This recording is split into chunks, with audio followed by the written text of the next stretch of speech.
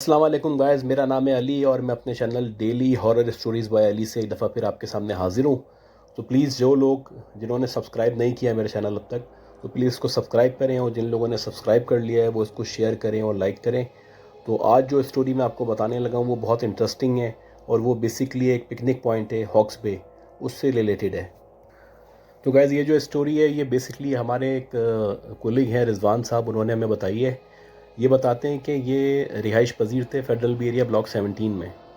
अच्छा, वहाँ पे इस तरह से था कि अक्सर लड़के ऐसा होता था कि साल में एक या दो दफ़ा जॉइंट मतलब जमा हो गए बहुत सारे लड़के मिलके पिकनिक पे जाया करते थे। तो इसी तरह ये बताते हैं कि एक दफ़ा ऐसा हुआ कि हम सब लड़के मिले और थोड़े थोड़े पैसे मिला के हमने पैसे जमा किए। उसके बाद हमने डिसाइड किया कि हम बस बुक कर लेते हैं और हम पिकनिक पे चलेंगे और चलेंगे मगरिब के बाद, यानी पूरी रात हम वहीं गुजारेंगे। इसके बाद अगला दिन गुजारेंगे और अगले दिन रात में वापस आ जाएंगे, यानी 24 घंटे वहाँ पे रुकेंगे।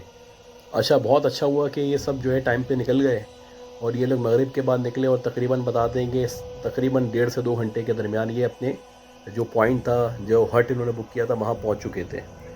ये बताते हैं कि मगरिब हो चुकी थी और मगरिब के बाद का टाइम था, लेकिन बहरहाल एक अनफॉर्चुनेट बात ये हुई वहाँ पे कि जो हट इन्होंने बुक किया था वहाँ पे जब ये पहुँचे तो वहाँ पे कोई मतलब इशू हो गया था लाइट का, ना जनरेटर का इंतज़ाम था।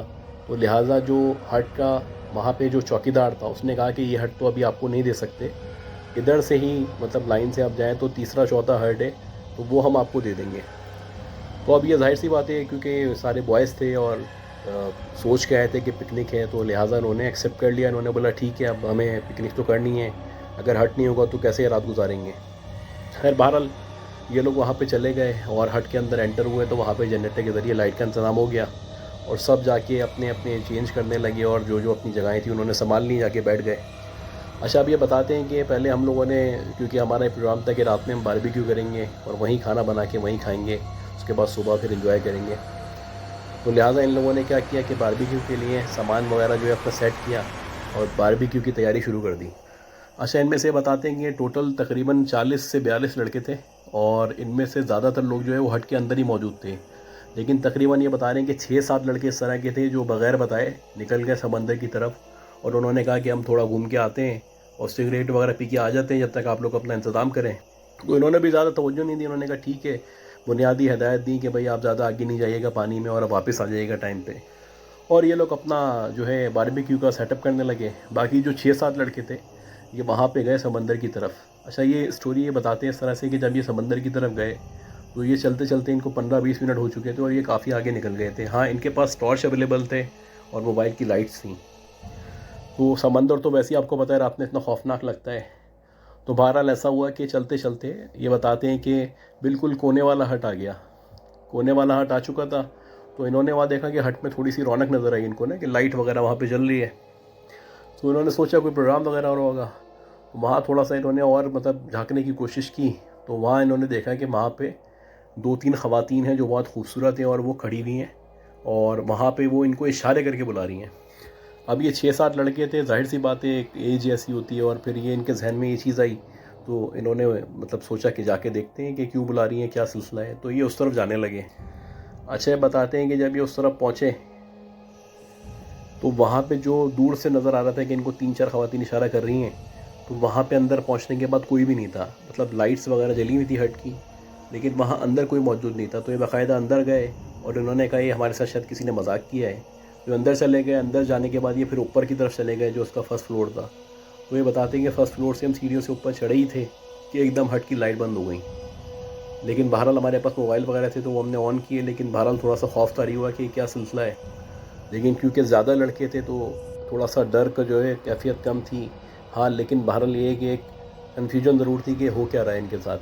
तो बहरहाल इन्होंने टॉर्च वगैरह जलाई और फिर ये आगे छत की तरफ मज़ीद जाने लगे। तो ये बताते हैं जैसे ही हम छत पे पहुँचे, मतलब फ़र्स्ट फ्लोर के बाद इनकी छत थी और वो छत इस तरह से थी कि मतलब उसकी कोई बाउंड्री वॉल नहीं थी, मतलब सीढ़ियों से ऊपर जाते ही डायरेक्ट छत थी। तो बताते हैं जैसे ही हम छत पे पहुँचे तो हमने देखा कि कोई मतलब खातून जो है वो बैठी हुई है इनकी तरफ पीठ करके, यानी उनका जो मुंह है वो दूसरी तरफ है। इन लोगों को जो गए ना तो पीछे से पीठ नज़र आ रही है। अच्छा, वो जो खातून हैं उनके बताते हैं कि बिल्कुल कोने पे बैठी हुई है, छत के कोने पे, ज़रा सा भी अगर वो आगे हो तो नीचे गिर जाए।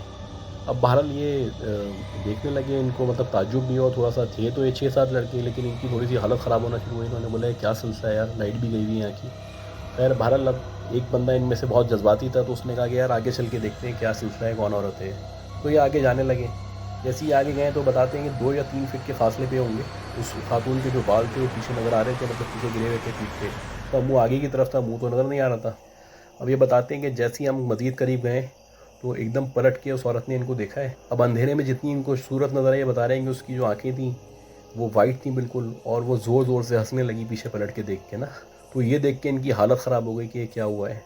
तो इनमें से 2 लड़के तो फ़ौरन भागे वापस सीढ़ियों की तरफ, और बाकी लोगों ने भी जब उनको भागता देखा तो ये भी उनके पीछे भागे। अब ये बता दें कि एक बंदा था, उसकी समझ नहीं आ रहा था वो मुड़े या आगे की तरफ जाए। वो एक मतलब अजीब शशोपंज में था कि हो क्या रहा है। तो इसी दौरान ही में उसने देखा कि वो जो औरत जो मुँह पीछे करके देख रही थी, अब वो नीचे कूद गई है। यानी ग्राउंड के पास फर्स्ट फ्लोर था, फर्स्ट फ्लोर के बाद छत थी, उस छत से वो नीचे कूद गई है। अच्छा खैर बहरहाल ये भी वापस भागे, और नीचे फिर ये लोग उतर के आए। तो वहाँ से हट से बाहर निकले और भागते भागते अपनी तरफ आने लगे जहाँ लड़के थे सारे। तो आते आते बताते हैं कि जब हम आ रहे थे तो उसी हट से, जिस हट में इनको लाइट नज़र आई थी और जो खातून नज़र आई थी और ये ऊपर गए थे, वहाँ एक खातून मिली थी। वहाँ से इनको बता रहे हैं कि ज़ोर ज़ोर से हंसने की आवाज़ें आ रही थी। लेकिन बहरहाल भागते हुए जल्द अज जल्द जहाँ पे ये सारे लड़के रुके थे वहाँ पहुँचे। वहाँ पहुँच के इनकी हालत गैर हुई थी। वहाँ आके इन्होंने और लड़कों को बताया। अच्छा अब और लड़के इनका मजाक उड़ा रहे थे कि भाई ये तो मजाक कर रहे हैं, कि ये ऐसा हुआ नहीं होगा, और हो सकता है कोई और ख़ातून हो और मजाक कर रही हो आपके साथ। तो वहाँ से तकरीबन ये बताते हैं कि 22-23 लड़के, मतलब तकरीबन आधे लड़के, फिर वो इनके साथ आए। उन्होंने कहा चलो चल के देखते हैं कि कौन सा हट था, कहाँ देखा। तो ये उस हट पे आए जब, तो बताते हैं कि जब हम उस हट पे आए तो वहाँ पे ना कोई लाइट जल रही थी, ना कोई सिलसिला था। इवन के जो दरवाज़ा था ना जहाँ से अंदर गए थे, वहाँ भी बता रहे हैं कि ताला लगा हुआ था। हालांकि अभी कुछ देर पहले देख के गए थे तो लाइट भी जल रही थी, ख़वातीन भी नज़र आ रही थी और ऊपर एक औरत भी नज़र आई थी इनको। लेकिन अब ये बताते हैं कि वहाँ पे बिल्कुल ताला लगा हुआ था। लेकिन फिर भी लड़के क्योंकि 22-23 थे तो इन्होंने बोला यार अंदर कूद के देखते हैं क्या सिलसिला, हो सकता है बेवकूफ़ ना बना रही हो ख़वातीन इनको। तो वो बहरहाल अंदर कूद गए। अंदर कूदा, पूरा देखा तो बता रहे हैं कि वहाँ पे बाकायदा ऐसा लग रहा था कि सालों से कोई नहीं आया, मिट्टी जमी हुई, जाले लगे हुए। लेकिन ये पूरे 22-23 लड़कों ने पूरे घर का सर्वे किया हट का, वहाँ पे कुछ भी नहीं मिला इनको। खैर बहरहाल वहाँ से ये फिर वापस आ गए और इन 6-7 लड़कों का मजाक उड़ाने लगे। अच्छा इसी तरह फिर ये आके अपने पिकनिक में लग गए। वो जो 6-7 लड़के थे उनको तो पता था कि ये हुआ है इनके साथ। बहरहाल उनकी थोड़ी सी तबीयत डाउन होना शुरू हो गई थी, तो लिहाजा अब जब पूरी रात जो बारबेक्यू वगैरह हुआ उसमें भी उन्होंने सही तरह पार्टिसिपेट नहीं किया। अगले दिन जो इन्होंने एंजॉयमेंट करना था बाकी सब ने किया। लेकिन ये जब वापस आए कराची तो इन 6-7 लड़कों को बुखार हो चुका था, जो यूजुअली हो जाता है इन तरह के मामला के बाद। अच्छा लेकिन उनमें से फिर एक लड़का ऐसा था, ये 7 लड़कों के अलावा जो लोग नहीं मान रहे, तो उनमें से एक लड़का ऐसा था, उसने ये एडमिट किया कि हाँ ऐसा था कि हम जब रात में इन लोगों के साथ वापस आ चुके थे, तो जब ये बता रहे हैं कि मैं वॉशरूम गया था, तो वॉशरूम से वो खिड़की से पीछे का हिस्सा नज़र आता है सारा। तो ये बताते हैं कि जब मैं रात में वॉशरूम गया था तो पीछे की तरफ जो मुझे नज़र आ रहा था, ये समंदर की तरफ का हिस्सा था। तो मुझे भी ऐसा लगा था कि साहिल पे कोई खातून टहल रही है, जिन्होंने वाइट कलर के कपड़े पहने हुए और वो टहल रही है अकेले। तो वो मेरे जहन में भी एक चीज़ ने क्लिक किया था कि ये कैसे हो सकता है कि इतनी रात में एक खातून अकेले समंदर पे घूम रही हैं, रात के 2-3 बज रहे हैं। तो ये उसने भी नोटिस किया था। ये इस तरह से था वाक़या।